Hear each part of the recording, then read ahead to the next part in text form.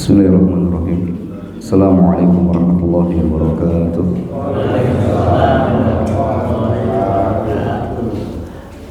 Innal hamdalillah nahmaduhu wa nasta'inuhu wa nastaghfiruh wa na'udzu billahi min shururi anfusina wa min sayyiati a'malina. Man yahdihillahu fala mudilla lahu wa man yudlil fala hadiya lahu. Asyhadu an la ilaha illallah wahdahu la syarika lahu wa asyhadu anna Muhammadan abduhu wa rasuluh sallallahu alaihi wa ala alihi wa sahbihi wa sallama tasliman katsira. Amma ba'du.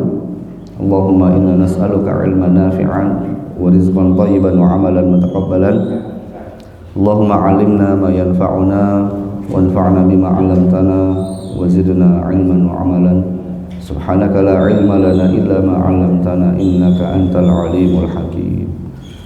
Hadirin wal hadirat Masjid Ar-Rayyan rahimakumullah. Marilah kita bersyukur pada Allah Subhanahu wa taala atas segala nikmat dan karunia yang Allah berikan pada kita semua, sehingga pada kesempatan hari ini kita bisa kembali memakmurkan masjid Allah dalam rangka menunaikan kewajiban kita, menunaikan salat subuh berjamaah. Dan insyaallah ta'ala kita kembali melanjutkan kajian kita di dalam tema akidah, lanjutan dari pembahasan kitab Kashfu Asy-Syubhat karya Syekh Muhammad bin Abdul Wahhab At-Tamimi rahimahullahu ta'ala. Kita berdoa kepada Allah Subhanahu wa ta'ala, semoga Allah Subhanahu wa ta'ala senantiasa menerima amal ibadah yang telah kita lakukan, dan semoga Allah Subhanahu wa ta'ala senantiasa menetapkan iman dan Islam di dalam diri kita hingga akhir hayat kita, sehingga kita diwafatkan, digolongkan dalam orang-orang yang beriman pada Allah Subhanahu wa ta'ala. Amin ya rabbal alamin.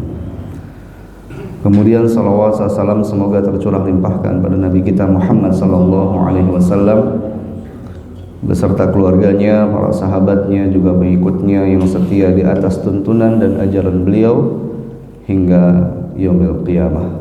Kita terus berusaha untuk meniti dan mempelajari tuntunan Nabi sallallahu alaihi wasallam di dalam menjalankan perintah-perintah Allah Subhanahu wa taala dan menjauhi larangan Allah Subhanahu wa taala.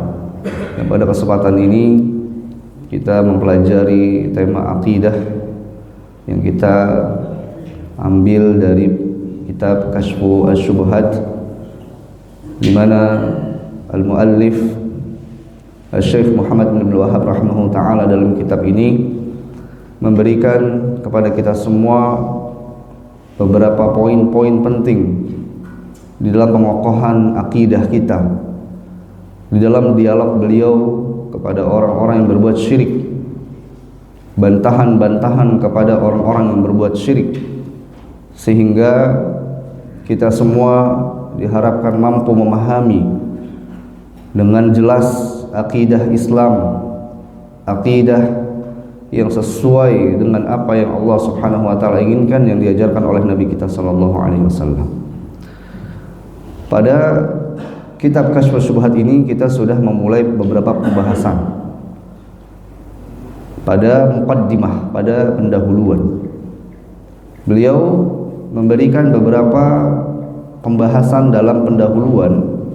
Dahulu kita sudah menjelaskan tentang penjelasan tentang agama para rasul. Kita sudah menjelaskan tentang apa itu risalah yang dibawa oleh para rasul, para nabi. Dari rasul yang pertama Nabi Nuh alaihi salam hingga rasul yang terakhir Nabi kita Muhammad sallallahu alaihi wasallam. Sehingga kita mengetahui bahwa inti dari ajaran yang dibawa oleh para rasul adalah ifradullah taala bil ibadah. Hanya untuk mengesahkan Allah Subhanahu wa taala di dalam beribadah. Kemudian yang kedua, pembahasan tentang keadaan orang-orang musyrikun, orang-orang kafir Quraisy di zaman Nabi Muhammad sallallahu alaihi wasallam. Bagaimana mereka mengakui rububiyah Allah Subhanahu wa taala. Namun demikian tidak menjadikan mereka sebagai seorang muslim. Karena tidak cukup hanya mengakui rububiyah Allah, harus juga mengakui uluhiyah, penghambaan kepada Allah, dan juga asma dan sifat, mengakui nama-nama dan sifat Allah Subhanahu wa taala. Dan bagaimana mereka melakukan perbuatan syirik di dalam banyak ibadah, di dalam doa, di dalam sembelihan-sembelihan mereka, di dalam istighatsah, permohonan pertolongan mereka. Bagaimana mereka meminta kepada selain Allah Subhanahu wa taala, kepada para berhala, kepada orang-orang soleh bahkan. Dan mereka mengakui bahwasanya itu semua hanya sebagai wasilah untuk mendapatkan syafaat. Dan inilah sebuah perbuatan yang ditolak dalam Islam.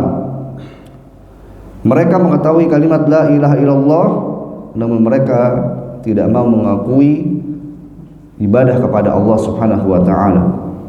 Tatkala mereka di dalam keadaan mendapatkan ujian, mereka meminta kepada Allah. Ketika mereka di tengah lautan, berada di arus atau gelombang pasang, ya, badai di tengah lautan, mereka meminta kepada siapa? Pada Allah, bukan pada berhala mereka. Tatkala mereka sudah diselamatkan, mereka kembali berbuat syirik. Dan Nabi SAW memerangi orang-orang kafir Quraisy yang berbuat syirik ini secara totalitas, keseluruhan, tidak dibeda-bedakan. Yang tidak memberikan uluhiyah, penghambaan ibadah kepada Allah, maka mereka bukan seorang muslim. Ini pembahasan kedua dalam muqaddimah kitab ini yang kita sudah jelaskan. Kemudian juga yang ketiga, pembahasan dalam muqaddimah ini adalah thamrah ma'rifati aqid, ma'rifati tauhid. Buah dari kita telah mengenal tauhid. Ada dua intinya, yaitu adalah kita al-farhu bi fadlillahi wa rahmatih. Kita bergembira dengan karunia Allah dan rahmat Allah ini. Kita bergembira dengan akidah ini. Yang kedua adalah al-khauful azim min al-wuqu'i fi syirk. Kita memiliki rasa khauf, rasa takut kepada Allah tatkala kita berbuat syirik. Ini pembahasan ketiga dalam muqaddimah kitab Kashfu Asy-Syubhat. Dan kita masuk pada pembahasan yang keempat dalam muqaddimah kitab Kashfu Asy-Syubhat, yaitu tentang faidah at-tahassun bil ilmi syar'i. Faidah, buah manfaat tatkala kita menuntut ilmu syar'i. Beliau rahimahullahu taala wa ghafarallahu bihi dzunubah wa nafa'a bihi ilma fid darain berkata, wa'lam annahu subhanahu min hikmatihi lam yab'ats nabiyyan bi hadha at-tauhid illa ja'ala lahu a'daan. Ketahuilah, sesungguhnya Allah Subhanahu wa taala dengan hikmahnya, dengan kebijaksanaannya, lam yab'ats nabiyyan bi hadza tauhid, tidaklah mengutus seorang nabi satupun dengan membawa misi tauhid ini, illa ja'ala lahu a'daan, kecuali Allah SWT menjadikan baginya musuh-musuh. Kita mengetahui setiap nabi pasti ada siapa? Ada musuhnya. Ya, ada orang-orang yang melawan dan menolak dakwah para nabi dan rasul tersebut. Bahkan tidak terkecuali Nabi Muhammad SAW. Tatkala Nabi SAW mendapatkan wahyu pertama, kemudian Nabi SAW merasa takut bahwasanya ini adalah sebuah ujian, sebuah penghinaan ataupun sebuah tanda bahwa beliau akan mendapatkan hukuman dari Allah karena begitu beratnya mendapatkan wahyu. Ya, maka kemudian Khadijah binti Khuwailid radhiyallahu taala anha menenangkan beliau dan mengatakan bahwa beliau adalah orang yang baik. Ketika mendatangi Waraqah bin Naufal, Waraqah bin Naufal mengetahui bahwasanya ini adalah tanda-tanda kenabian. Dan kemudian Waraqah bin Naufal mengatakan, seandainya aku masih hidup, maka sungguh aku akan termasuk daripada orang yang akan menolongmu ketika kaummu kelak nanti akan mengusirmu dari tempat tinggalmu atau dari tempatmu berdakwah. Nabi SAW berkata, awa mukhriji qaumi, mungkinkah kaumku sendiri, tetanggaku, orang-orang yang ada di sekitarku sendiri yang akan mengusirku dari negeriku? Kata Waraqah bin Naufal, na'am, iya. Dan demikianlah semua para nabi terusir atau diusir oleh kaumnya sendiri. Nah, kemudian beliau mengatakan kama qala Allah Ta'ala, sebagaimana Allah berfirman, wa kadzalika ja'alna likulli nabiyyin aduwwan syayatinal insi wal jin, dan demikian kami jadikan setiap nabi aduwa, adanya musuh, syayatinal insi wal jin, ya, yang merupakan syaitan dari jin dan manusia, yuhi ba'dhum ila ba'dhin zukhrufal qawli ghurura, sebagian mereka dengan sebagian yang lainnya membisikkan perkataan-perkataan yang indah yang merupakan sebuah kedustaan yang menyesatkan. Jadi dalam surah Al-An'am ayat 112 ini Allah Ta'ala tegaskan setiap nabi Allah utus atau Allah jadikan adanya syaitan. Ya. Berarti ya, dan di sini Allah sebutkan syaitan dari jin dan manusia. Jadi ternyata ada juga ya manusia yang jadi syaitan. Ya. Apa maksudnya? Yaitu adalah setiap orang yang tamarrada an taatillah, yang menolak taat kepada Allah, maka dia termasuk dari syaitan. Kita lihat di dalam peristiwa perintah Allah kepada para malaikat untuk bersujud kepada Nabi Adam. Ya. Semuanya patuh dan tunduk kecuali siapa? Kecuali siapa? Iblis. Ya, aba wastakbar, sombong, menolak, maka termasuk dari syaitan. Dan iblis adalah pemimpin dari syaitan. Ya. Ketika ada manusia yang tidak mau tunduk kepada Allah, ya, Namrud, Fir'aun, ya, dan lainnya, Qarun, yang tidak mau tunduk patuh kepada Allah, maka termasuk dari syaitan. Abu Jahal termasuk dari syaitan. Dan sampai zaman kita juga begitu. Ya. Manusia-manusia yang tidak mau tunduk dan patuh kepada perintah Allah, mereka digolongkan ke dalam syaitan. Karena ayat ini jelas, syayatinal insi wal jin. Syaitan-syaitan dari manusia dan jin. Kalau kita lihat Abu Jahal bagaimana menolak dakwah Nabi. Ya, apa yang beliau lakukan? Apakah hanya dengan verbal, dengan lisan? Tidak. Ya, semua cara sudah dilakukan oleh Abu Jahal. Ya, ketika Nabi SAW sedang beribadah di Ka'bah, Abu Jahal ini mau apa? Mau menginjak leher Nabi SAW. Tapi kemudian Allah SWT lindungi, Allah utus malaikat yang melindungi Nabi. Yang kemudian Abu Jahal melihat di hadapannya ada api yang besar, ada malaikat yang melindungi. Kaget dia, ketakutan. Orang-orang kafir Quraisy di sekitarnya bertanya, apa yang membuatmu merasa takut begitu, wahai Abu Jahal? Abu Jahal mengatakan bahwasanya Nabi SAW ada yang melindunginya. Ya, subhanallah. Dan ini adalah diantara pertolongan Allah dan perlindungan Allah kepada para nabi dan rasulnya.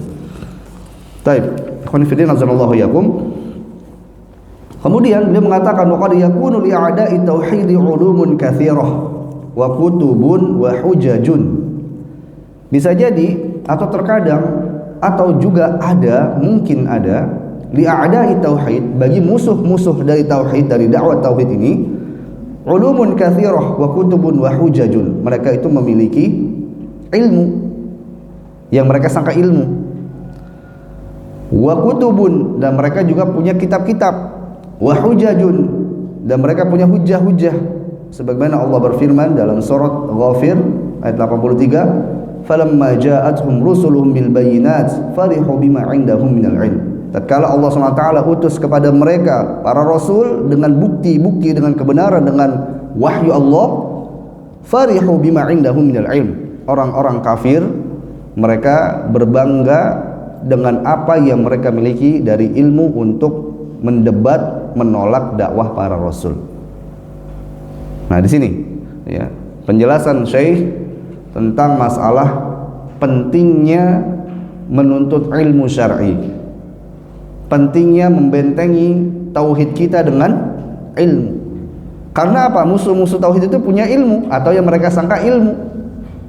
Sekarang kita lihat kelompok-kelompok yang sesat, Syiah. Mereka punya kitab-kitabnya tidak? Punya ulamanya tidak? Punya. Bahkan tempat hajinya pun punya sendiri mereka. tempat tawafnya punya sendiri. Ya. Mereka punya ilmu yang mereka sangka ilmu. Orang-orang Mu'tazilah, orang-orang Jahmiyah, sekte-sekte sesat, mereka mengatakan punya ilmu. Sampai di negeri kita juga sama. Ya. Ketika satu Syawal atau satu Ramadan bulan lalu, ya, penetapan kalau yang dituntun kalau Nabi SAW itu apa, Pak? Melihat ru'yah hilal bulan baru, bulan muda. Tapi sebagian ada yang menggunakan metode lain, yaitu menggunakan metode pasang surutnya air laut. Kalau pasang, oh berarti sudah masuk. Kalau turut, oh berarti sudah selesai. Makanya permulaan Ramadannya itu bisa jauh berapa hari, dan permulaan Syawalnya juga mereka bisa jauh. Kenapa? Karena bukan menggunakan bulan, ru'yah hilal. Mereka sangka ini ilmu. Ya. Dan demikian setiap sekte-sekte, setiap musuh-musuh dari tauhid, dakwah tauhid ini, ya, mereka punya ilmu yang mereka sangkakan sebagai ilmu.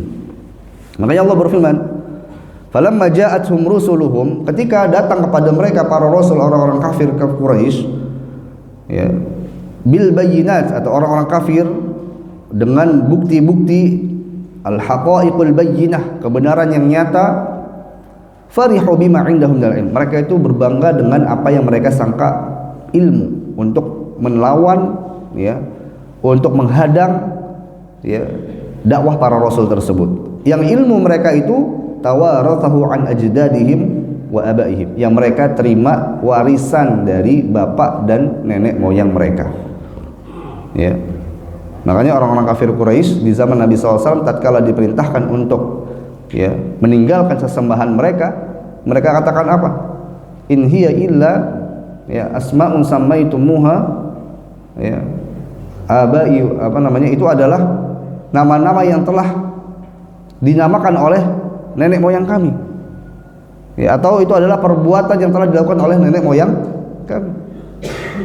Ya, mereka mendapatkan ilmu itu merupakan warisan, ya, nenek moyang. Sama seperti di zaman sekarang, Pak. Kalau ada orang yang berbuat syirik, melakukan ritual-ritual, itu biasanya dalilnya apa, Pak?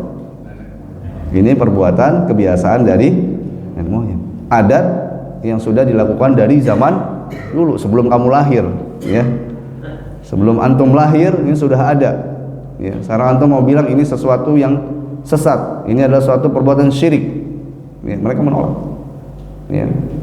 Nah, maka ini menunjukkan bahwasannya kita diperintahkan untuk memiliki ilmu, diperintahkan untuk memiliki bekal yang cukup untuk menghadang para musuh-musuh dakwah tauhid ini. Khonifidin azanallahu wa iyyakum. Syekh Utsaimin rahimahullah taala mengatakan bahwa apa yang disebutkan oleh al-muallif, oleh Syekh Muhammad bin Abdul Wahhab At-Tamimi rahimahullah taala ini menunjukkan kepada kita bahwasannya annahu yanbaghi an na'rifa ma 'inda haula'i min al-'ulumi wasyubhat. Di samping kita membekali diri, ini menunjukkan kepada kita bahwa kita hendaknya dan harus tahu ma 'inda haula'i min al-'ulumi wasyubhat, apa yang ada di dalam keyakinan mereka, baik dari ilmu yang mereka sangka ilmu atau yang merupakan syubhat, kerancuan-kerancuan berpikir. Untuk apa? Min ajli an narudda alaihim bisilahihim, tujuannya agar kita bisa membantah mereka dengan senjata sesuai yang mereka yakini. Wa hadza min hadi Nabi sallallahu alaihi wasallam, dan ini merupakan petunjuk dari Nabi sallallahu alaihi wasallam. Walihada, dan karenanya lamma ba'atha Mu'adzan ilal Yaman qala lahu, ketika Nabi sallallahu alaihi wasallam mengutus Mu'adz bin Jabal untuk dakwah ke negeri Yaman, Nabi sallallahu alaihi wasallam berkata kepadanya, innaka ta'ti qauman ahla kitabin, wahai Mu'adz, sesungguhnya engkau nanti akan mendatangi kaum yang mereka merupakan ahlu kitab, orang-orang Nasrani, ya. Kemudian lanjutan dari hadis ini, Nabi sallallahu alaihi wasallam bersabda, falyakun awwalu ma tad'uuhum ilaihi syahadatu an la ilaha illallah wa anna muhammadan rasulullah. Jadikan apa yang pertama engkau seru kepada mereka untuk mereka bersaksi tiada sesembahan yang berhak disembah kecuali Allah dan Nabi SAW adalah utusan Allah. Ya, untuk mengucapkan dua kalimat syahadatain terlebih dahulu karena mereka belum Islam. Wa dzalika min ajli an yasta'idda lahum wa ya'rifa ma 'indahum minal kitabi hatta yarudda 'alaihim bima ja'u bihi. Kita lihat bagaimana Nabi SAW memberikan pesan kepada Mu'adz ketika diutus ke Yaman untuk melakukan dakwah. Maka Nabi SAW memberikan petunjuk kepada Mu'adz bahwasanya orang-orang yang ada di negeri Yaman tersebut yang akan engkau datangi, yang akan engkau dakwahi, mereka adalah orang-orang ahli kitab golongan Nasrani. Dikasih tahu dulu. Ketika kita sudah tahu siapa yang akan kita seru, pasti tentu kita akan menyiapkan ya metode yang cocok untuk mereka. Ya, seperti saat ini misalnya, Pak, kita diminta untuk mendakwahi satu kampung yang ada di misalkan satu daerah, satu desa yang mereka ini banyak berbuat syirik. Nah, dikasih tahu mereka itu banyak berbuat syirik, mereka menyembah ada satu pohon keramat yang dikeramatkan. Nah, berarti kita ketika dakwah ya kita sudah tahu itu adalah salah satu yang paling sensitif. Jangan kita mulai dengan langsung ya membahas tentang pohon yang dikeramatkan itu. Kita mulai dengan hal-hal yang ringan-ringan. Ya, ada satu daerah lagi yang mereka mengkeramatkan satu makam. Ya, mereka membela makam tersebut mati-matian, bahkan mereka bisa dan bersedia untuk ya, mengorbankan nyawa mereka untuk menjaga makam tersebut. Oh, berarti kita tahu ya untuk makam ini nanti dulu, ini sangat sensitif bagi mereka dan seterusnya. Ya, kita mengetahui kondisi dan apa yang dilakukan dari syubhat-syubhat dan juga kesyirikan-kesyirikan orang yang akan kita dakwahi, ini tujuannya untuk kita melakukan persiapan. Ya, sebagaimana Mu'adz bin Jabal ketika Nabi SAW telah mengabarkan kepada Mu'adz bahwasanya akan datang ke negeri Yaman yang merupakan orang-orang ahli kitab Nasrani, maka Nabi SAW perintahkan kepada Mu'adz untuk mengajak untuk masuk ke dalam Islam. Ya, mengajak untuk masuk ke dalam Islam, untuk mengakui bahwa Allah adalah sesembahan yang mereka sembah. Nabi SAW adalah utusan mereka sebelum memerintahkan untuk ya, meninggalkan peribadahan mereka, sebelum untuk mengajak untuk melaksanakan sholat, menunaikan zakat dan seterusnya. Nah, jadi dari hadis Nabi SAW ini menunjukkan kepada kita bahwasanya kita hendaknya mengetahui syubhat-syubhat dan juga apa yang dilakukan oleh orang-orang yang menolak dakwah tauhid. Ya. Khonifidin azanallahu yakum. Beliau mengatakan, "Idza arafta dzalik wa arafta anna at-tariqa ila Allah la budda lahu min a'da'in qa'idin 'alayhi ahli fasahatin wa 'ilmin hujajin fal wajibu 'alayka an tata'allama min dinillahi ma yasiru laka silahan tuqatilu bihi ha'ula'i syayatin alladhina qala imamuhum wa muqaddimuhum li rabbik azza wa jalla la aq'udanna lahum siratal mustaqim thumma la atiyannahum min bayni aydihim wa min khalfihim wa an aymanihim wa an syama'ilihim wala tajidu aktsaruhum syakirin." Jika engkau telah mengetahui ya, bahwasanya musuh-musuh tauhid itu punya hujah, mereka punya dalih, mereka punya ilmu yang mereka sangka sebagai ilmu, dan kita juga mengetahui bahwasanya cara dan jalan untuk membantah musuh-musuh tauhid tersebut yang mereka punya ilmu, yang mereka punya kefasihan retorika dalam berbicara, fal wajibu 'alaika, maka wajib bagimu, bagi kita semua, bagi engkau, an tata'allama min dinillah, untuk menuntut ilmu dari agama Allah. Jadi ternyata menuntut ilmu itu ya adalah sarana kita untuk membentengi tauhid. Orang bisa terjerumus ke dalam syirik sebabnya karena apa diantaranya? Karena tidak punya ilmu. Orang bisa terpedaya, bisa mereka terjerumus ke dalam perbuatan syirik sebabnya karena tidak punya ilmu. Maka ilmu adalah salah satu atau diantara modal utama untuk bisa membentengi tauhid kita. Beliau mengatakan, "Ma yasiru laka silahan tuqatilu bihi haula'i syayatin." Ya, ini adalah sebuah senjata untuk apa? Memerangi mereka para syayatin, baik dari al-ins wal jin, godaan syaitan maupun dari manusia-manusia yang menggoda manusia lainnya untuk berbuat syirik, untuk meninggalkan tauhid. Alladzina qala imamuhum wa muqaddimuhum li rabbik, di mana imam pemimpin para syaitan itu yaitu iblis telah berkata kepada Allah SWT, la'aqa'udanna lahum siratal mustaqim, sungguh ya, aku akan menjadikan Bani Adam, anak cucu keturunan Adam ya, berpaling dari jalan yang lurus.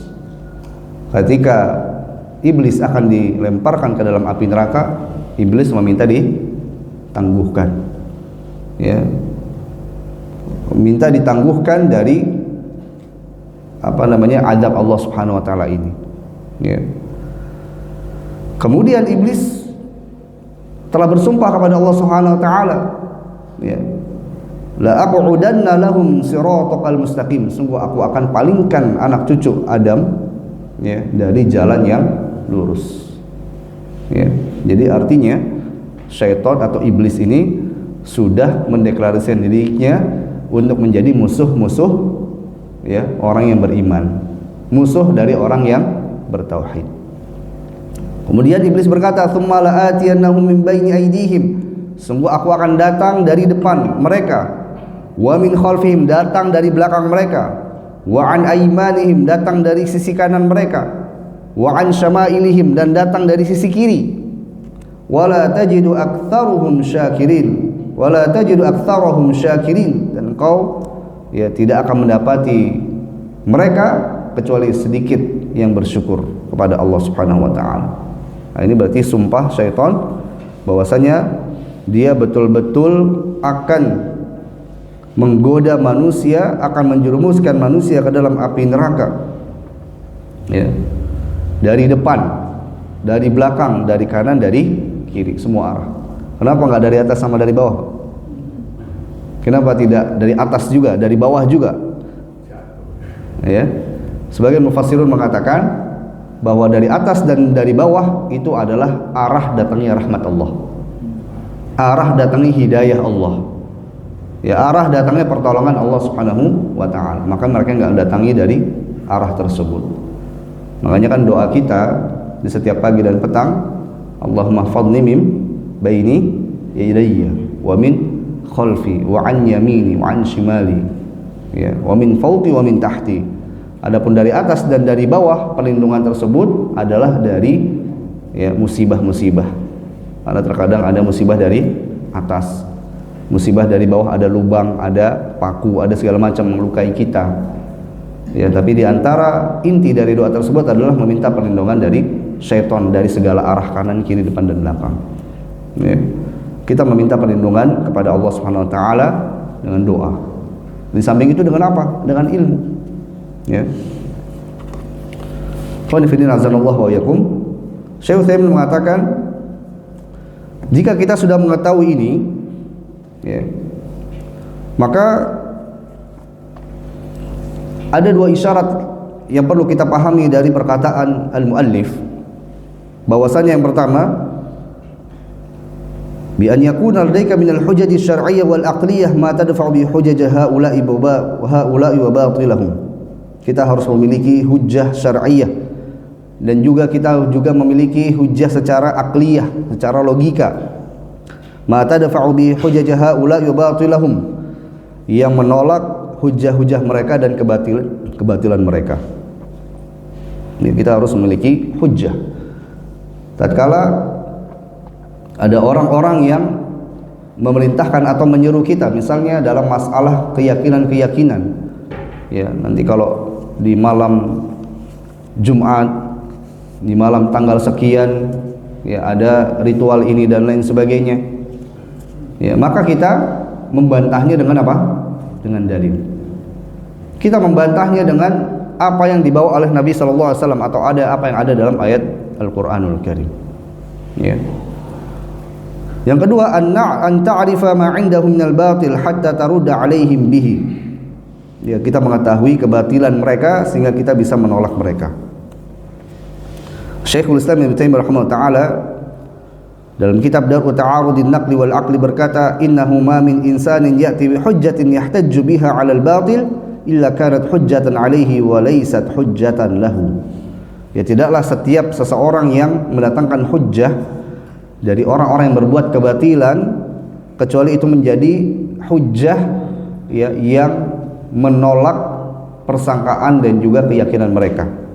Ya, jadi kalau kita mempelajari mengapa mereka melakukan ini dan lain sebagainya, ya maka ini hakikatnya bukan kita menguatkan hujjah mereka, tapi kita menolak mereka. Ya. Ada orang yang tidak mau menikahkan putrinya di tanggal sekian tanggal sekian. Ya, kita tanya kenapa? Biasanya itu kenapa, Pak? Tanggal-tanggal itu dianggap ada apanya di situ? Ya, ada hari baik, ada hari buruk. Apalagi dihitung, oh calon suaminya lahir bulan sekian, tahun sekian. Ya, calon istrinya tanggal sekian, bulan sekian. Nanti dihitung dan seterusnya menggunakan metode-metode mereka. Dan kalau di tanggal sekian, oh berarti nanti ada musibah dan seterusnya. Itu dalil mereka, Pak. Ya, kita tanya kenapa demikian dan seterusnya. Ya, kita tanya kenapa demikian dan seterusnya. Untuk apa? Bukan kita untuk mengikuti atau kita menguatkan hujah mereka, tapi untuk membatalkan hujah mereka secara tidak langsung. Ya, dengan dalil yang sahih dari Nabi SAW dari ayat Al-Qur'anul Karim. Ya. Pada kesempatan lalu saya sempat berkunjung ke daerah Banten yang di sana banyak petilasan-petilasan, betul ya? Banyak petilasan-petilasan yang termasuk tempat-tempat yang dikeramatkan. Kita tanyakan kepada mereka, pada khususnya kiai-kiai mereka. Kebetulan saya kesempatan bisa mengobrol dengan kiai mereka, salah satu kiai mereka. Ya. Mereka berkata atau salah satu dari mereka mengatakan bahwasanya mereka memuliakan atau mengkultuskan makam-makam ya, para kiai-kiai tersebut itu sebagai bentuk penghormatan. Karena atas jasa-jasanya lah kemudian agama Islam bisa tersebar di bumi atau daerah Banten atau daerah tertentu. Ya, itu berarti apa, Pak? Dalil mereka kan, bukti mereka. Kita cari tahu kenapa? Oh, penghormatan. Maka kita kemudian menjelaskan bahwasanya penghormatan kepada orang-orang yang sudah meninggal apakah dengan cara membangun bangunan, dengan cara kemudian memberikan tempat khusus, memberikan ritual sesajen dan seterusnya. Apakah dengan cara yang demikian? Tidak. Ya, penghormatan kepada orang-orang yang sudah meninggal adalah dengan doa. Sebagaimana Nabi SAW dalam setiap kesempatan setelah adanya penguburan jenazah, Nabi SAW meminta kepada orang-orang yang hadir, is'alu li akhikumut tathbit fa innahumul an yus'al. Mintakan kepada Allah SWT, kepada saudaramu ini agar diteguhkan, karena saat ini mereka ditanya oleh Allah SWT. Jadi mendoakan. Ya, bagaimana kita menghormati orang-orang yang sudah banyak berjasa kepada Islam adalah dengan mendoakan. Ya. Adalah kita dengan mengamalkan ajaran ataupun ilmu yang telah diajarkan, yang disampaikan. Ya, bukan dengan mengkultuskan. Ya, ataupun menjadikan wasilah-wasilah, sarana-sarana untuk mendapatkan pertolongan dari Allah. Tidak. Allah tegaskan, ud'uni astajib lakum. Mintalah langsung kepadaku, maka aku akan langsung memberikan kepada kalian jawaban. Nah, seperti ini. Namun metode untuk menyampaikannya tentu dengan cara ya bagaimana mereka kemudian menyebarluaskan keyakinan-keyakinan mereka. Ya. Seperti nanti kalau nggak salah ada istilah itu untuk lebaran, istilahnya lebaran ketupat ya. Kalau itu keyakinan bahwasanya mereka itu memiliki hari khusus di mana mereka saling memberikan hadiah pada saat itu. Ya, prinsipnya memberikan hadiah boleh, namun tatkala mengkhususkan satu hari, mengkhususkan satu masa di mana masa tersebut ada keutamaan dan lain sebagainya, ini membutuhkan apa? Dalil. Ya. Jadi kalau kita sudah mengetahui dalil, mengetahui ilmunya, kemudian ketika kita menghadapi adanya penyimpangan-penyimpangan akidah, kita tanya dulu. Ya, tentu sesuai dengan kapasitas kita. Kalau kita tanya kemudian nanti diajak debat, kira-kira siapa, Pak? Ya, kalau kira-kira kita nggak siap, ya cukup kita cari tahu secara garis besarnya saja. Ya, tidak perlu kita sampai harus menelusuri kepada ya orang-orang yang memang tokoh-tokohnya dan lain sebagainya, tidak. Kita cari tahu secara garis besarnya saja. Sambil kita menyiapkan ilmu, sambil kita mempelajari terus ilmu agama ini. Ta'ikhun fillah azanallahu iyyakum. Kemudian beliau mengatakan walakin idza aqbalta 'ala Allah wa asghaita ila hujjajihi wa bayyinatihi fala takhaf wa la tahzan. Ya. Apabila kita sudah menghadap kepada Allah dengan totalitas, kita sudah mendengarkan dan menyimak, mengetahui hujah-hujah mereka dan penjelasan-penjelasan mereka, fala takhaf, maka janganlah kita takut, jangan gentar, wala tahzan, jangan bersedih. Ya. Inna kaidas syaitani kana dha'ifa. Beliau menyebutkan sebuah ayat dalam surat An-Nisa ayat 76, sesungguhnya kaidas syaitan, jerat-jerat syaitan itu sangatlah lemah. Ya, jadi jerat-jerat syaitan itu sangatlah lemah. Ya, bagi orang-orang yang bertauhid, bagi orang-orang yang memiliki dalil yang jelas, ya, jerat-jerat syaitan itu sangat lemah. Ya. Oh, jangan pakai baju ini kalau ke sana, jangan menggunakan ini dan seterusnya. Ya, orang-orang yang tidak punya akidah takut, wah nanti benar-benar dapat musibah dan lainnya. Tapi kalau orang yang bertauhid takut tidak? Enggak takut. Ya, karena sesungguhnya jerat-jerat syaitan itu sangatlah lemah. Ya, apalagi kalau mereka orang-orang yang berbuat syirik ini punya retorika yang sangat luar biasa. Ya, punya kefasihan dalam berbicara. Hati-hati. Ya. Tetap yang benar. Ya, selama kita berada di atas Al-Quran dan As-Sunnah, maka kita tidak boleh gentar, tidak boleh takut, ya, terhadap hujah-hujah mereka. Khonifuddin azanallahu wa iyyakum. Ya. Syekh dalam perkataan beliau ini hendak memberikan tasji', ya, semangat, motivasi kepada siapa yang mempelajari kebenaran, mempelajari tauhid yang benar. Karena sesungguhnya perkataan-perkataan yang batil itu nanti akan diruntuhkan, ya, oleh Allah Subhanahu wa taala dengan kalimat yang benar, dengan Al-Qur'an, dengan As-Sunnah. Dalam surat Al-Anbiya ayat ke-18 Allah berfirman, "Bal naqdhifu bil haqqi 'alal batil fa idza huwa zahiq." Ya, maka kami akan, ya, meruntuhkan kebatilan-kebatilan itu dengan perkataan yang hak, dan kemudian kebatilan tersebut akan lenyap, akan sirna. Ya, jadi selama kita berada di atas Al-Quran dan As-Sunnah, kita tidak boleh gentar, kita tidak boleh merasa takut.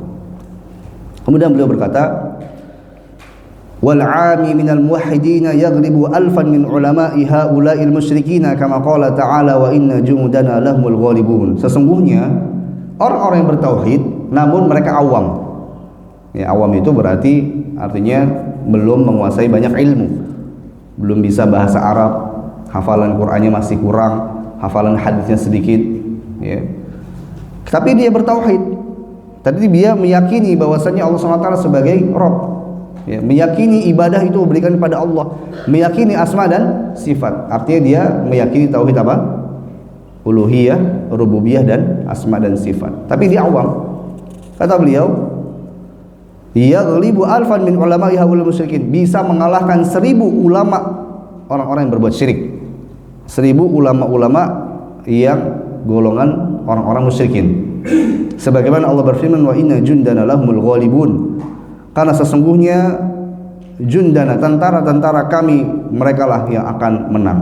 Dan dalam ayat ini, dalam surat As-Saffat ayat 173, yang dimaksud dengan jundana, para junud, para tentara-tentara ini adalah ibaduhul mu'minin alladzina yansuruna Allah wa rasulah, para hamba-hamba Allah yang beriman kepada Allah dan Rasulnya. Ya. Dalam perkataan beliau ini, ya, menunjukkan bahwasanya para ulama-ulama yang mengaku sebagai ulama dari orang-orang yang berbuat syirik, tatkala mereka tidak mau memberikan tauhid uluhiyah kepada Allah, mereka tahu tauhid rububiyah, tapi tauhid uluhiyah tidak totalitas, sebagian-sebagian. Ya. Karena mereka masih beribadah pada Allah, tapi sebagiannya dia berikan kepada sesembahan, kepada berhala, kepada hal-hal yang di luar perintah Allah SWT, di luar dari Allah Subhanahu wa taala. Maka pada hakikatnya, ya, tauhid mereka adalah tauhid yang kurang.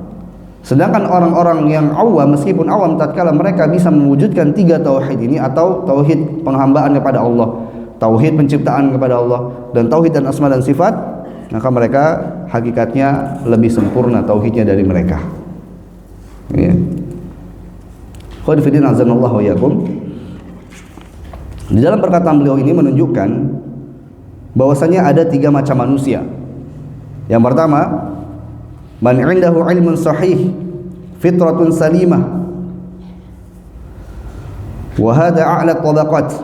Ya, siapa yang memiliki ilmu yang benar dan memiliki fitrah yang lurus, yang selamat, dan ini adalah tingkatan yang paling tinggi. Mereka adalah yang menuntut ilmu, ya, dan mereka melihat ilmu tersebut dengan dalil-dalilnya dengan detil, dan mereka bisa melihat hujah-hujah kebatilan dari para musuh-musuh tauhid. Ya, jadi inilah tingkatan yang paling tinggi. Jadi artinya orang-orang yang awam, ya, ini kita ketahui di sini bahwasanya orang yang awam itu mereka masih punya fitrah yang lurus. Ya, sehingga makanya tatkala mereka sudah memiliki fitrah yang lurus, mereka itu lebih utama dibandingkan para ulama-ulama orang-orang yang berbuat syirik. Dan tatkala mereka menuntut ilmu, mereka naik ke dalam tingkatan yang paling tinggi. Ya, makanya yang paling tinggi adalah yang punya ilmu dan memiliki fitrah yang salimah, yang selamat, yang lurus. Yang kedua, man laisa 'indahu 'ilmun lakin 'indahu fitrah salimah. Nah ini, dia tidak punya ilmu tapi dia punya fitrah yang lurus. Ini adalah al-'ami minal muwahhidin, adalah orang-orang awam dari orang-orang yang bertauhid. Orang-orang awam yang bertauhid. Makanya saat ini kita ketika proses sedang menuntut ilmu, ya, kita kuatkan tauhid kita dulu, kita wujudkan tauhid kita dulu sehingga kita menjadi golongan orang yang kedua ini. Nah, yang ketiga, man laisa 'indahu fitrah salimah wala 'ala ilmin sahihin wa inna ma 'indahum sarabun la haqiqatun lahum. Tidak punya fitrah yang lurus dan mereka tidak berada di atas ilmu yang benar. Ilmu yang benar, ya, hujah yang benar. Tetapi mereka di atas apa? Sarabun, di atas khayalan, di atas ilusi, ya, di atas apa namanya, fata morgana, ya, tidak ada kenyataan, tidak ada kebenaran. Ya, fahadha yuhzamu amamal 'ami wal 'alim. Dan golongan yang ketiga ini akan mudah, ya, dikalahkan oleh tingkatan yang pertama yang berilmu dan memiliki fitrah yang lurus, dan juga dari kalangan awam yang memiliki fitrah yang lurus. Nah, maka di sini Syekh Shalih Fauzan hafizahullah taala mengatakan, "Hadza yadulluka 'ala an ta'allama al-'ilma an-nafi' yakunu silahan lil mu'minina amama a'da'illahi wa rasulih." Maka hendaknya kita memiliki ilmu yang bermanfaat yang menjadi senjata bagi orang-orang mukmin terhadap musuh-musuh Allah dan Rasulnya sallallahu alaihi wasallam. Tapi ikhwan fillah azanallahu wa iyyakum, ya. Kemudian beliau melanjutkan, fajundullahi humul ghalibuna bil hujjati wal lisan kama annahumul ghalibuna bisayfi was sinan. Tentara-tentara Allah mereka akan dimenangkan dengan hujjah dan lisan, dengan dalil, dengan lisan. Kama annahumul ghalibuna bisayfi was sinan. Sebagaimana mereka juga akan dimenangkan dengan pedang dan juga dengan tombak. Artinya orang-orang yang beriman kepada Allah, orang-orang yang membela Allah, tentara-tentara Allah akan dimenangkan baik dengan lisan ataupun dengan fisik kekuatan, selama mereka menjalankan perintah Allah. Syaratnya demikian. Makanya ketika kita melihat dalam sejarah bagaimana kaum muslimin dapat dipukul, dikalahkan di perang Uhud, kita tahu sebabnya. Apa sebabnya? Karena mereka menolak perintah Rasulullah SAW yang merupakan wahyu dari Allah.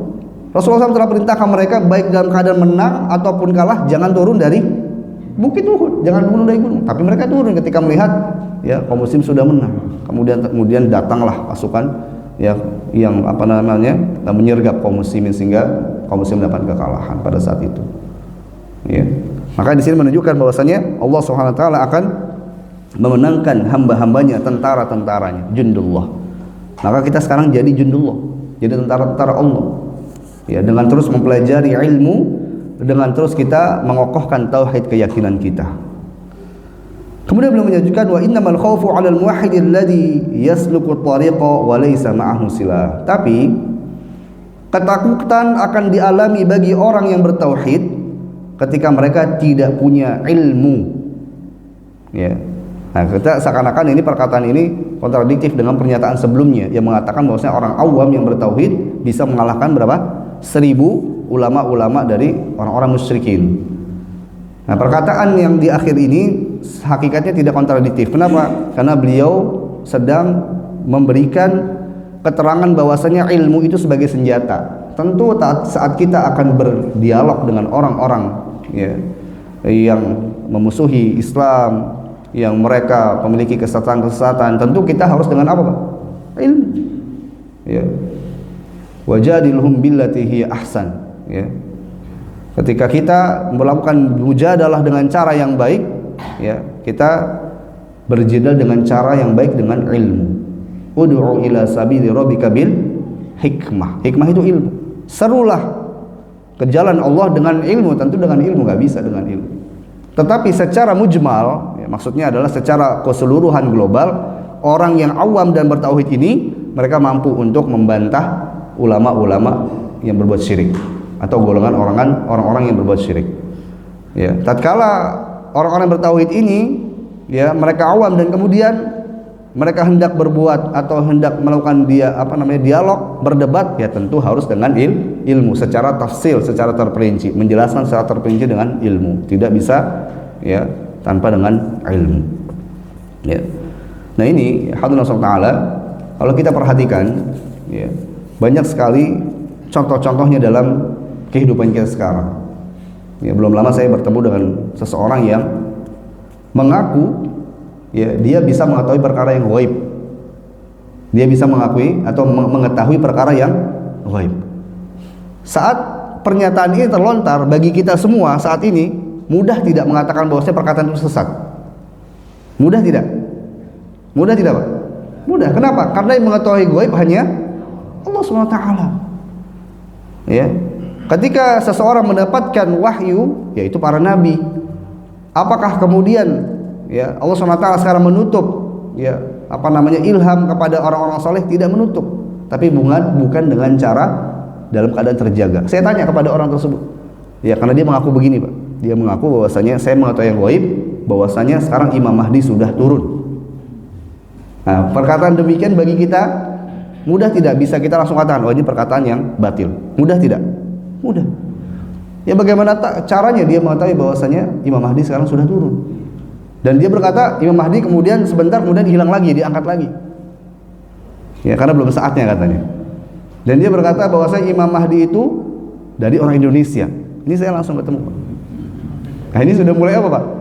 Sudah mulai apa? Sudah mulai ngaco. Ya. Sudah mulai ngaco. Dari Indonesia sudah turun kemudian diangkat lagi, dan saya tahu. Ya, jangan-jangan orang Depok juga ini, luar biasa. Ya, dari Arroyan jangan-jangan ya. Ada di sini Pak Mahdi namanya, Pak? Nggak ada ya. Pak Imam ada, Pak Imam?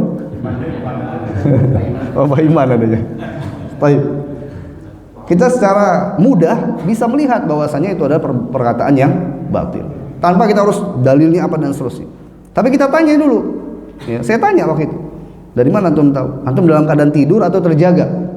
Ana nggak tidur, ana terjaga. Wah, ini lebih lagi. Karena ilham datangi seorang yang soleh itu dalam keadaan apa? Tidur, mimpi. Dalam mimpi. Ya, kalau dalam terjaga begini ya, kemudian datang ilham, nah ini hati-hati. Ya. Ada Pak Ilham ya. Insyaallah. Ya. Kalau dalam keadaan terjaga datang Pak Ilham, nah benar. Tapi kalau ilham yang datang, nah ini baru sesuatu yang merupakan batil. Baik. Ini adalah bukti perkataan Syekh bahwasanya al-'ami al-muwahhidin, orang yang bertauhid meskipun awam dia bisa mampu dengan fitrah yang lurus. Ya, tapi kalau fitrahnya nggak lurus, dia akan percaya, oh betul ya, Imam Mahdi sudah turun ya. Ya. Kemudian diangkat lagi, oh dari Indonesia juga. Ya. Oh kalau gitu nanti suatu saat dia punya permasalahan hidup, dia datang kepada orang tadi. Ya. Ini kira-kira bagusnya gimana nih? Saya sekarang ambil ini atau tidak? Saya begini dan seterusnya. Apa yang harus saya lakukan dan lainnya. Akhirnya lama-lama ya berbuat syirik. Itu awalnya. Maka ilmu ini adalah cara kita untuk membentengi diri kita, untuk menjaga tauhid kita, dan ini adalah merupakan senjata untuk menolak ya, orang-orang yang memusuhi tauhid. Terkait dengan ilmu ini ya tentu ada banyak tingkatannya. Kita perhatikan hadis Nabi SAW diriwayatkan dari sahabat Abdullah bin Mas'ud radhiyallahu taala anhu. Ya Allah, Nabi SAW bersabda, "Naddarallahu imra'an." Allah Subhanahu wa taala akan memberikan kecerahan, ya, wajah yang berseri kepada seseorang. Sami'a maqalati fa hafidhaha wa wa'aha wa addaha kama sami'. Ia mendengarkan hadis Nabi, lalu dia hafal, lalu dia paham, lalu dia sampaikan sebagaimana yang dia dengar dan dia pahami. Kemudian Nabi SAW bersabda, "Rubba hamili fiqhin laisa bifaqih." Bisa jadi orang yang membawa hadis itu tadi nggak paham. Ya. Wa rubba hamilu fiqhin ila man huwa afqahu minhu. Bisa jadi orang yang membawa hadis menyampaikan hadis kepada orang yang lebih paham. Ya. Misalnya, innamal a'malu bin niyat. Dia hafal, dia paham, dia sampaikan. Ya, dia sampaikan, diajarkan kepada orang lain. Ternyata orang yang dia sampaikan bisa lebih paham dari hadis tersebut dibandingkan orang yang menyampaikannya. Terjadi atau tidak seperti ini, Pak? Terjadi banyak. Kita dengar, kita sampaikan kepada saudara kita, teman kita, kerabat kita, ternyata dia sudah lebih paham. Oh, maksudnya innamal a'malu binniyat, berarti semua niat, apapun niat kita, ibadah, aktivitas semuanya, ya, harus diniatkan kepada Allah maksudnya. Ya. Nah, ini menunjukkan bahwasanya ilmu itu bertingkat-tingkat. Ya. Dan yang paling tinggi dari tingkatan ilmu adalah orang yang faqih. Ya, orang yang faqih ini adalah orang yang betul-betul memahami turunan-turunan konsekuensi dari ilmu dan cabang-cabang ilmu tersebut. Ya. Syekh Muhammad bin Shalih Al-Utsaimin rahimahullah mengatakan bahwa tingkatan menerima ilmu atau menguasai ilmu itu ada 4. Yang pertama al-ilmu, ya, dia mengetahui ilmu tersebut, misalkan hadis Nabi, ya, misalkan hadis Nabi SAW. Setelah dia mengetahuinya, kemudian dia apa? Dia memahaminya. Kebanyakan orang hafal satu hadis tapi nggak paham. Ya. Misalnya kita sudah tahu ayat Allah SWT yang populer, Pak. Ya, innallaha ma'a. Saya hafal semua insyaallah, Pak, ya. Baik. Paham tidak dengan makna ayat ini? Sesungguhnya Allah bersama dengan orang yang sabar. Paham tidak, Pak, maknanya? Sebagian paham, sebagian kurang paham. Apakah innallaha ma'as sabirin, Allah bersama dengan orang yang bersabar, artinya bersama terus ada di samping kita begitu? Atau bagaimana? Ma'a itu bersama dalam bahasa Arab. Tapi maksudnya ma'iyatullah, kebersamaan Allah kepada hambanya itu bagaimana? Nah, ini perlu ditafsirkan. Ya. Ma'iyatullah itu maksudnya pengawasan.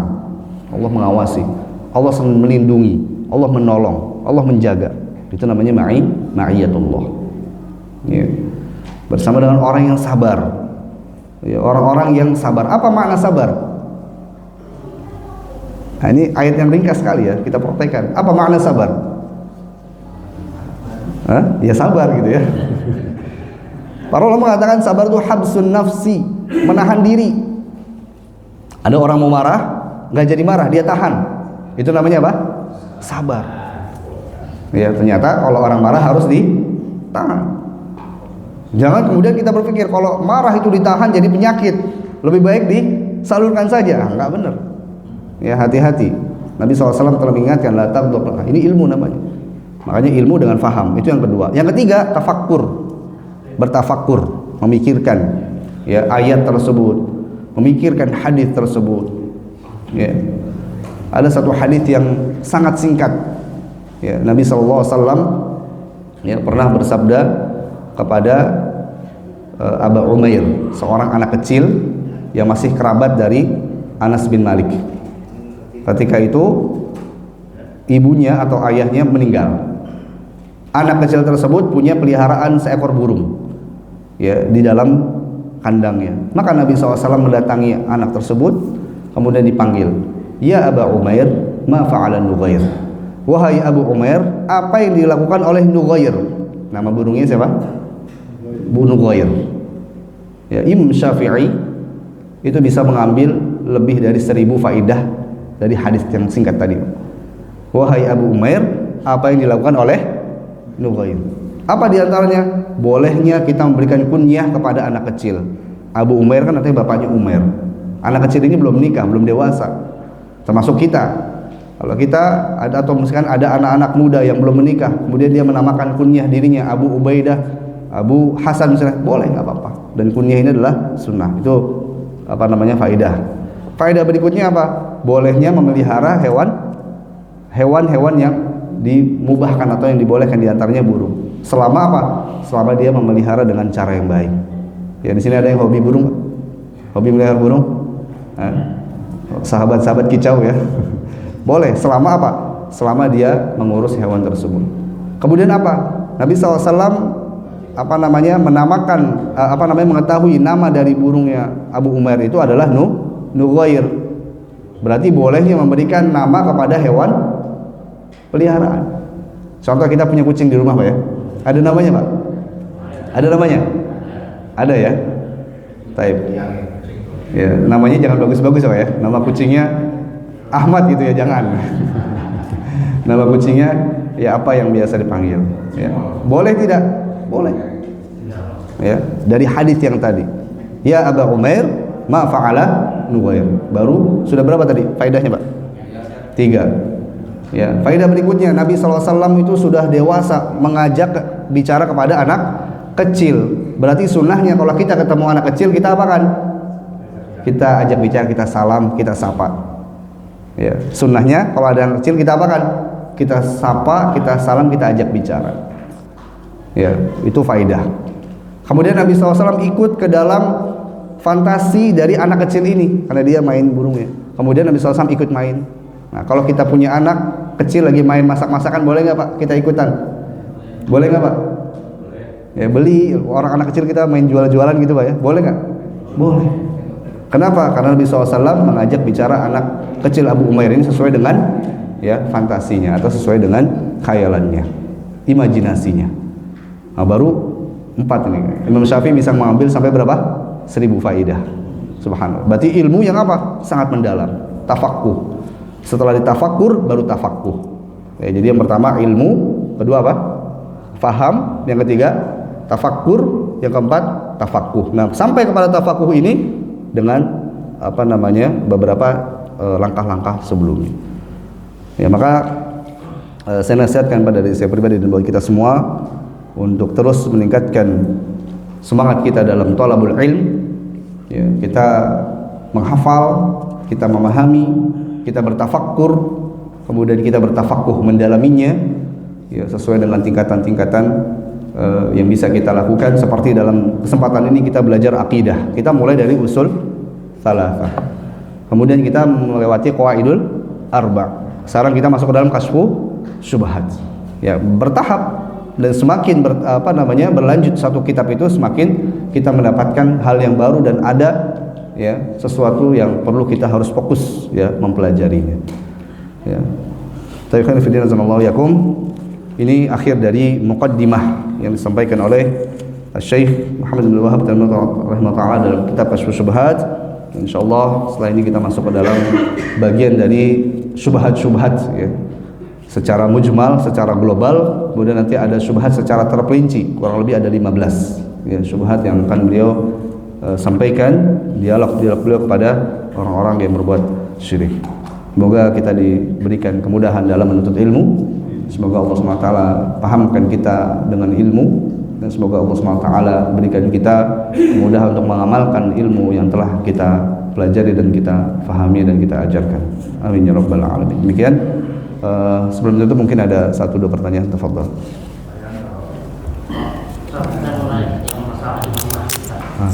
Ada yang level drama bahwa Imam Mahdi itu nanti turun masih keturunan Quraisy, suku Quraisy, benar nggak?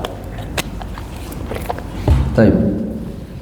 Tentang masalah Al-Imam Al-Mahdi, ini termasuk di antara perkara-perkara yang telah dikabarkan oleh Nabi Sallallahu Alaihi Wasallam dalam hadis yang sahih, bahwasanya akan turun dari keturunanku, min sulbi, dari keturunan siapa? Nabi Sallallahu Alaihi Wasallam, golongan Ahlul Bait.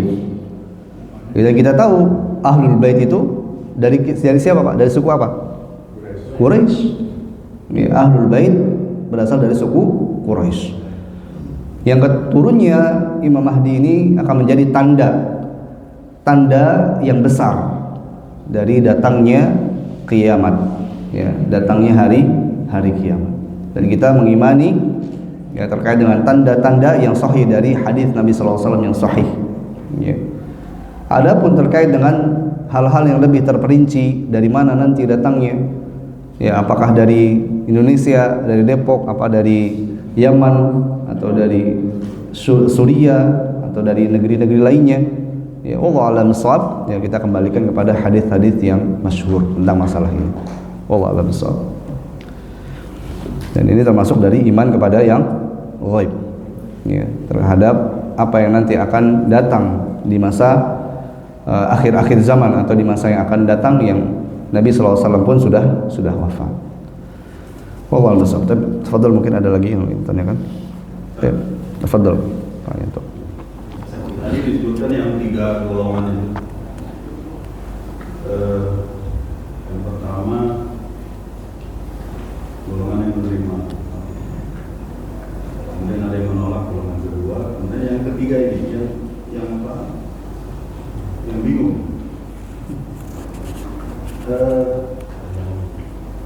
Saya cuma ingin tahu kitab ini ditujukan ke golongan mana?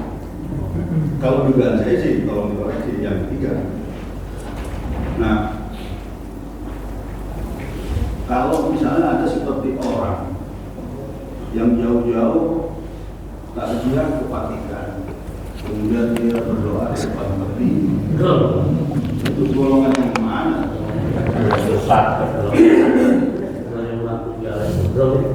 Baik. Assalamualaikum. Baik. Ada 3 golongan manusia yang disebutkan oleh Syekh Shalih Fauzan hafizahullah taala ketika menyebutkan tentang orang-orang yang bertauhid yang awam, orang yang bertauhid dan alim, dan orang yang tidak bertauhid. Ya. Itu pembagian 3 golongan manusia terkait dengan tauhid. Orang yang bertauhid dan berilmu, ini yang paling tinggi. Orang yang bertauhid namun awam, ini yang kedua. Tapi punya fitrah yang apa tadi? Yang salimah, fitrah yang lurus, yang selamat. Yang ketiga, ini adalah orang yang tidak bertauhid, ya, atau tauhidnya kurang karena hanya mengakui tauhid rububiyah, uluhiyahnya tidak. Ya, asma sifat mengakui, tapi kemudian mentakwil juga atau mengalihkan dengan makna-makna yang lainnya yang sesuai dengan kehendak atau pemahamannya dengan berdasarkan dasar-dasar bukan Al-Quran dan As-Sunnah, tapi dengan ilmu mantik, ilmu kalam, ilmu filsafat, ya, yang kemudian mengacaukan keyakinan terhadap asma dan sifat. Kemudian dari 3 golongan ini, tentu yang paling tinggi yang berilmu dan bertauhid, yang kedua orang yang awam dan bertauhid, ya, memiliki fitrah yang lurus. Kemudian yang paling bawah, ya, adalah mereka yang tauhidnya tidak sempurna atau tidak bertauhid, dan mereka tidak memiliki fitrah yang selamat atau yang lurus, yang mudah dikalahkan, dipatahkan oleh orang yang bertauhid dan berilmu, bahkan kepada orang yang bertauhid dari orang yang bertauhid yang awam, mudah dikalahkan, mudah dipatahkan. Nah, Syekh Muhammad bin Wahhab taala ketika menyusun kitab Kasyfus Syubhat ini, tujuannya adalah kepada orang-orang yang bertauhid, kepada orang yang bertauhid, ya, untuk menguatkan tauhid mereka dan membantah kepada orang yang tidak bertauhid, ya, bahwasanya apa yang mereka jadikan sebagai dalil itu terbantahkan semua. Makanya nanti ada 15 poin inti, ya, dari Kasyfus Syubhat, ya, syubhat-syubhat mereka. Termasuk syubhat kalau seandainya mereka, ya, mendatangi, ya, orang-orang yang non muslim, ya, atau mereka anggaplah berhukum, ya, kepada selain Allah Subhanahu wa taala, dan mereka mengatakan, ya, bahwasanya mereka tetap meyakini bahwa hukum Allah itu lebih utama, ya, tapi hukum manusia ini tidak bisa ditinggalkan. Ya, kenapa? Karena sekarang kalau kita perhatikan terkait dengan perginya ke negara tersebut, melakukan aktivitas tersebut itu melakukan misi apa, Pak? Misi pribadi atau negara? Ya, anggaplah pemimpin negara, betul? Yang menunjuk siapa, Pak? Bukan kita kan? Siapa menunjuk? Ya, pemimpin. Ya. Nah, dalam hal seperti ini, ketika kita mengetahui kemungkaran tersebut, ya tentu kita mengingkarinya. Ya. Terkait dengan datang takziah kepada orang non-muslim, ini secara hukum, ya secara hukum boleh atau tidak? Tetangga kita meninggal non-muslim, boleh nggak kita datang, Pak? Boleh. Tapi ketika kita datang lalu kita mengangkat tangan, Allahumma ghfir lahu warhamhu, boleh nggak? Boleh tidak, Pak? Nggak boleh. Nggak boleh. Ya. Wala tusalli alaihim. Ya. Dan jangan kalian sholat, doa maksudnya diantaranya. Mata abada. Ya. Abada, wala tusalli alaihim abada. Dan janganlah kalian mendoakan, melakukan sholat kepada mereka selamanya. Ya. Nabi SAW tidak mendoakan orang-orang kafir. Dan Nabi SAW ya, ketika ada orang-orang Yahudi meninggal, Nabi SAW mentakziah, atau ketika Nabi SAW punya budak ya, yang beragama Yahudi dalam keadaan sakaratul maut, Nabi SAW datang menziarahi, menengok, kemudian mengajak ke dalam Islam. Kemudian budak beliau masuk ke dalam Islam, lalu didoakan oleh Nabi SAW. Ya, kalau nggak didoakan, nggak boleh. Ya. Sehingga mendatangi orang yang non-muslim dalam keadaan kita bertakziah itu semata-mata ya sebagai bentuk kita mengakui bahwasanya setiap yang bernyawa akan diambil oleh Allah Subhanahu wa taala. Kalau ada yang non-muslim meninggal, kita ucapkan inna lillahi wa inna ilaihi raji'un. Boleh tidak, Pak? Boleh. Inna lillahi, sesungguhnya kami milik Allah, dan kepada Allah kita akan kembali. Yang muslim kembali kepada Allah tidak? Kembali. Yang kafir kembali diazab. Iya. Diazab. Ya. Yang mukmin ya Allah mengatakan masukkan ke dalam surga, namun dihisab dulu. Kalau dosanya banyak ya dibersihkan dulu di neraka, mampir dulu. Ya. Jadi untuk mendatangi orang non muslim bertakziah, kemudian kita mengucap inna lillahi wa inna ilaihi raji'un boleh. Namun mendoakan tidak dibenarkan. Nah, tatkala kita mengetahui adanya kemungkaran seperti ini, tentu kita ingkari ya dengan dalil, dengan ilmu, dengan hadis yang sahih. Ya. Dan kita doakan ya semoga pemimpin kita, semoga negeri kita diberikan hidayah oleh Allah Subhanahu wa taala, diberikan pemimpin-pemimpin yang saleh, dijadikan pemimpin-pemimpin yang taat kepada Allah Subhanahu wa taala. Amin ya rabbal alamin. Dan tentu terkait dengan masalah ini kita tidak mengkafirkan, karena masalah mengkafirkan kita pernah jelaskan, Pak ya. Banyak tahapan-tahapan yang perlu dilakukan, dan ini adalah suatu vonis yang berat yang tidak bisa sembarangan orang untuk menjatuhkan vonis tersebut. Wallahu a'lam bishawab. Tapi tadi ada lagi pertanyaan, Pak, terakhir. Sudah dijawab. Sudah terjawab. Baik, wallahu a'lam bishawab. Ya, demikian yang bisa disampaikan. Ya, mudah-mudahan bermanfaat. Kurang lebihnya saya maaf. Subhanakallahumma bihamdik, asyhadu an la ilaha illa anta, astaghfiruka wa atubu ilaik. Wassalamualaikum warahmatullahi wabarakatuh.